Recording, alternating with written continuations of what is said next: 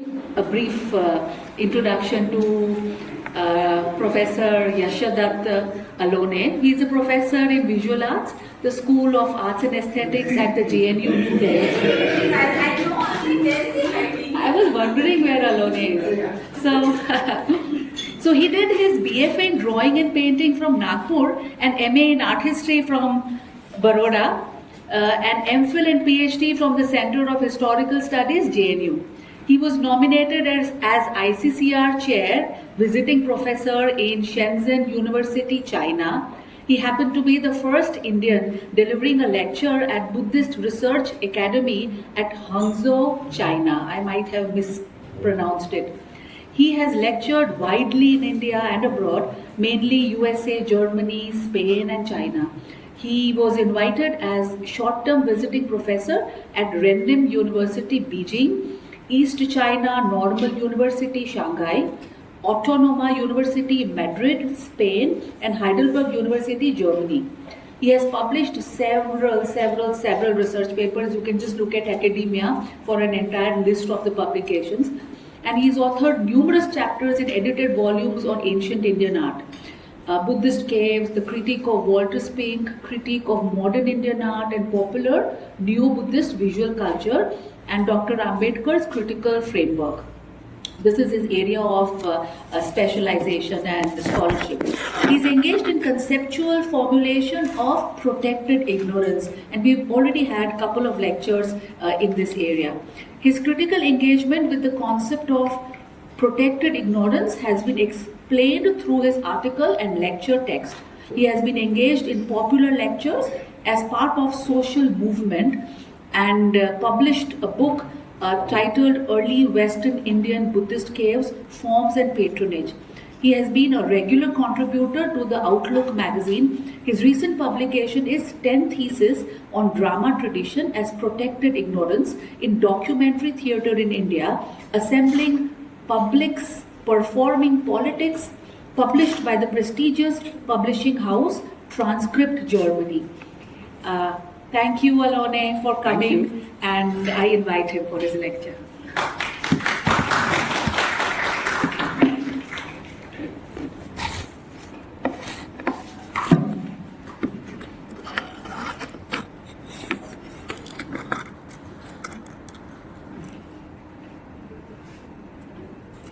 Your this thing is not reading my laptop.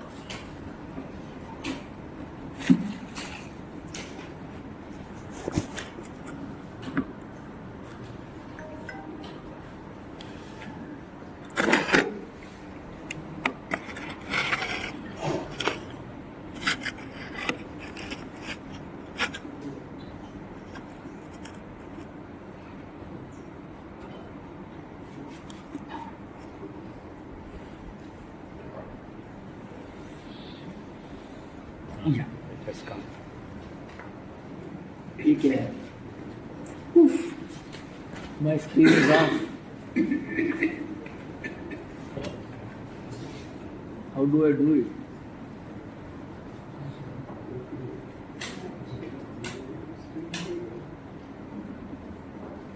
एक तो सब गड़बड़ हो गई. How do I will not be able to read because the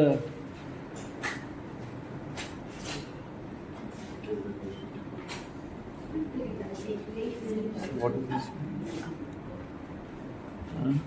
So I will not. मेरा ये नहीं हो रहा है ना, स्क्रीन पे नहीं आ रहा है ना. Oh, yes.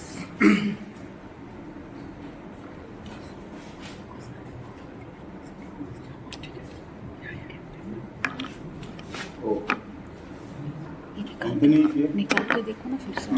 नहीं हो रहा है, निकाल के देखो. वहाँ पे डिस्कनेक्ट हो गया. वहाँ पे डिस्कनेक्ट एक्चुअली यहाँ से आपका यहाँ से मिररिंग कुछ करना है. यहाँ से मिरर कर दिया आपने से.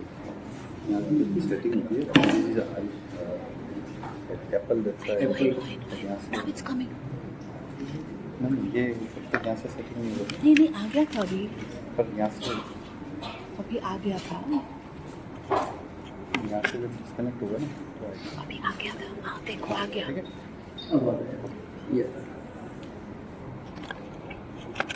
यहाँ से ना थोड़ा लूज कनेक्शन है वालों में.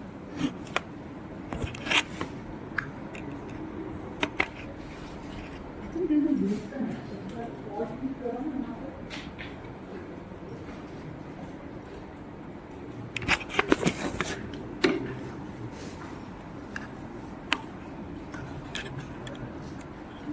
yeah. आ जाएगा अभी आ जाएगा आई थिंक लूज कनेक्शन है कहीं तो भी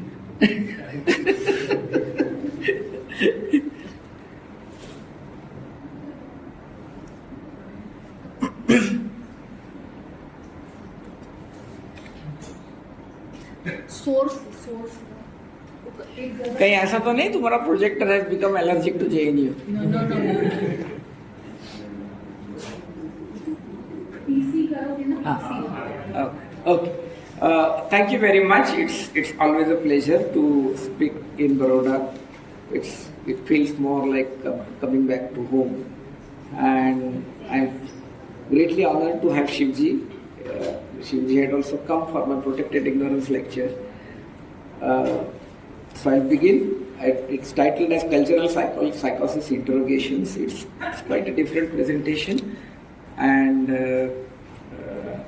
I hope you do not get bored by that. That's the only thing I can expect.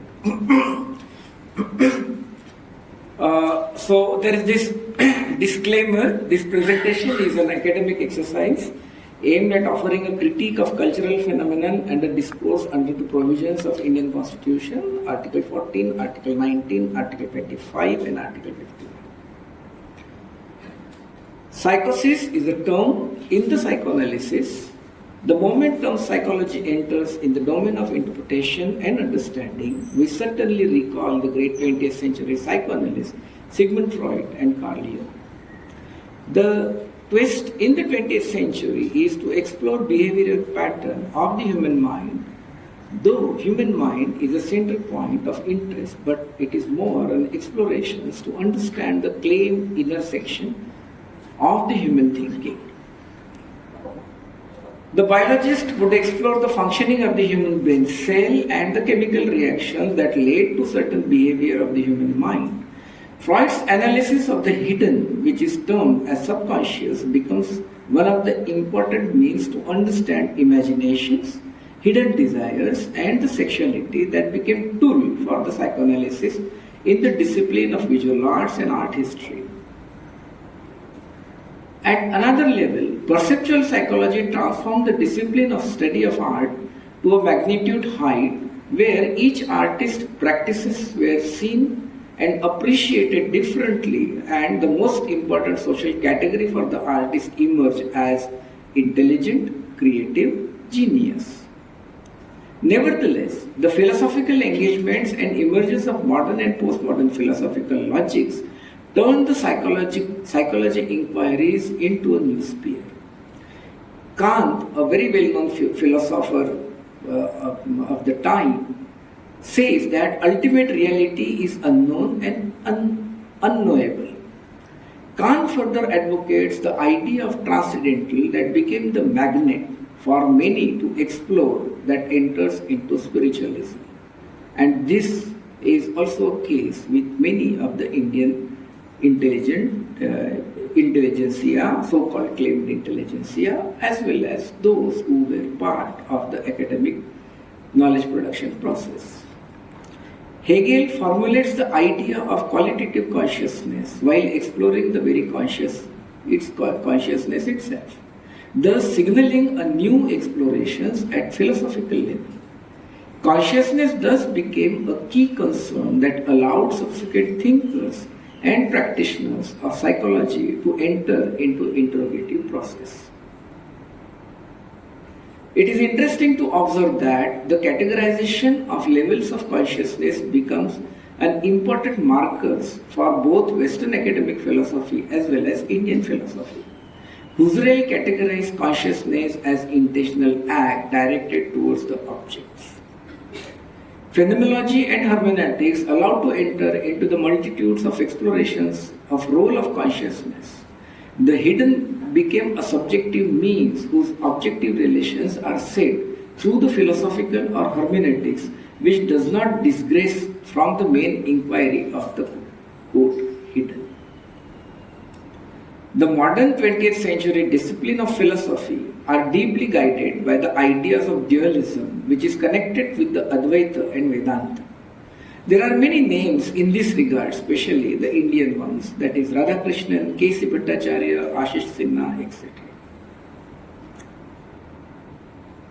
But the more pertinent question in this regard is how it is connected with the discipline of art history and visual culture. This question is a matter of debate.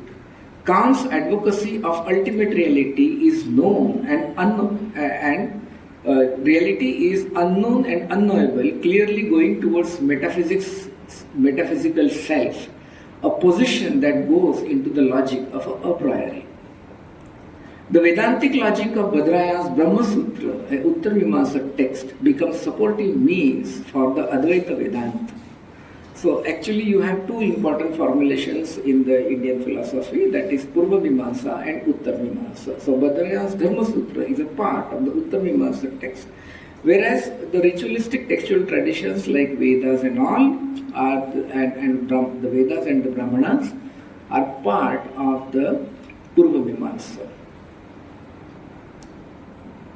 On the other hand, the non-Vedic Buddhist logic goes in complete opposition, though the Nayakas had developed their philosophical tools rooted in presuppositions. On the other hand, the philosophical tool of Pratyutta Samutpad constantly opposed the presuppositions, and their reasoning explores consciousness as part of every sphere of mental activity that does not have subconsciousness.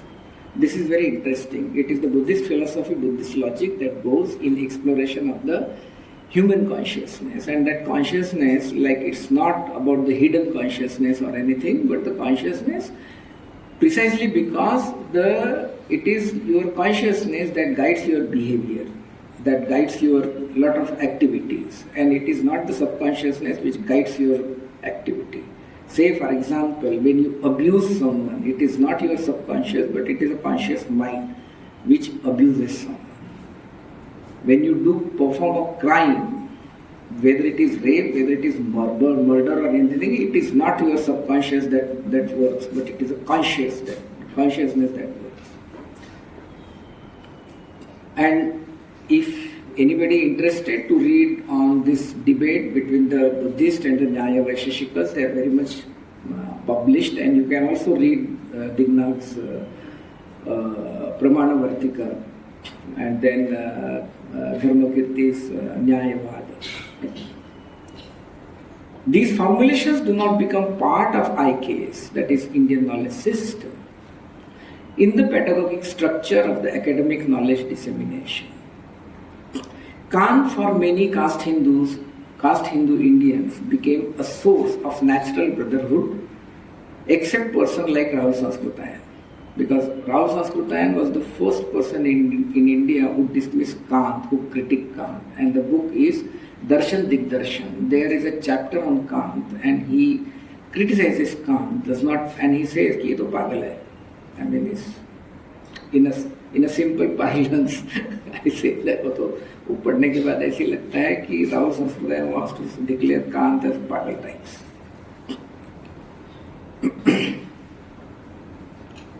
It is in this context one will have to see works of Ananda Kumar Swami, who became the principal exponent of spirituality in Indian art, which was also part of West versus East debate, and the defense put forth by many so-called intellectuals whose ideas were deeply romanticized and considered their own tradition as divine and sacred.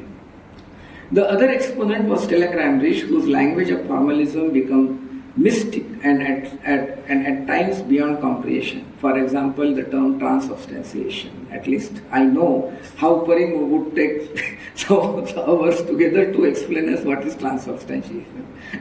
And I don't think neither Shivji nor Deepak Kannal, the two main disciples of Dr. Parimu, even ever bothered to really understand transubstantiation and pass it on to the student. So you can understand the problems in that the very term transubstantiation and its application when it comes to the Indian sculptural tradition. The very idea of divine and sacred becomes the mainstay of dissemination of the cultural practices that turns into a cultural psychosis. The subjective explorations of the objects are seen through the relics of the textual tradition, thus becoming a thick presupposition where the consciousness of adherence to ritualistic practices become a normative. And one of the great example I tell you, when the extension of the artistry building was being made, that time there was a havan performed by a pandit, and Professor Parimu and his wife participated in that, and we were silent observers during that time. So that shows that how our behavior is guided by your belief system and the rituals and all, because it was not needed in the educational institute.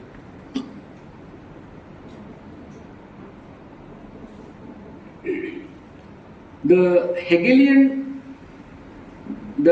dialect has greatly influenced the philosophical interpretations that are replaced by the Marxist interpretations, where conditionality of the period is important factor and not the spirit.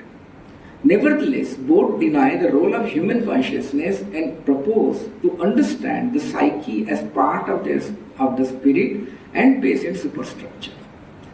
Can we then interrogate the process through which the agency of interpretation becomes a central authority of interpretation? Is amnesia and paranoia are the product of intentionality that is embedded with the deep structure of thoughts guarded by the presuppositions? How such a phenomenon can be understood as part of cultural psychosis? Gayatri Chakravarti Spivak is the most prolific thinker and a critic who is equally connected with the ground realities. All her writings have been influential and unable to explore, but failed to produce a critique of normative. The two important texts, Can Subaltern Speak and Critique of Postcolonial Reason Towards the History of Vanishing Present, 1999. Now this particular book is the most important book she wrote, and that chapter on philosophy is a very, very dense chapter, and it is really worth studying that chapter and explore it, where you will find a critique of Kant. It's a very important reading she produced, and she says that is the best she wrote ever when I had a personal conversations with her. Postcolonial studies, she writes, postcolonial studies unwittingly commemorating a lost object can become an alibi unless it is placed within a general frame. She further says, the mainstream has never run clean, perhaps never can. Part of mainstream education involves learning to ignore this absolutely with a sanctioned ignorance. By neocolonialism, I always mean the largely economic rather than the largely territorial enterprise of imperialism. The difference between colonialism and imperialism, crucial to historians, is not the last important here. Spivak reads Kant, Hegel, Marx as remote discursive precursors rather than as transparent or motivated repositories of ideas. As the centuries spanning the production of Kant and Marx progress, she further writes, as the centuries spanning the production of Kant and Marx progress, the relationship between European discursive production and the axiomatics of imperialism also changes. Although the latter continues to play the role of making the discursive mainstream appear clean and making itself appear as the only negotiable way in the course of this unceasing oppression, and in one way or another, an acknowledgeable moment that I will call the native informant is crucially needed by the great text, and it is foreclosed. She observes that Germany produced authoritative universal narratives where the subject remained unmistakably European. These narratives, like Kant's Cosmopolitania, Hegel's Itinerary of the Ideas, Marx's Socialist Homeopathy, neither inaugurated nor consolidated a specifically scholarly control of the matter of imperialism.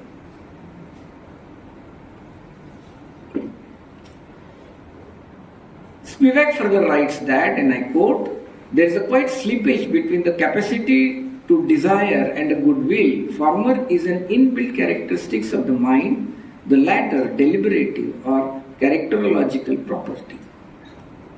Kant is careful to fix the limits of reason to see it as free yet bound, determined to supplement what must always remain a lack. The human being is moral only in so far as he cannot recognize himself.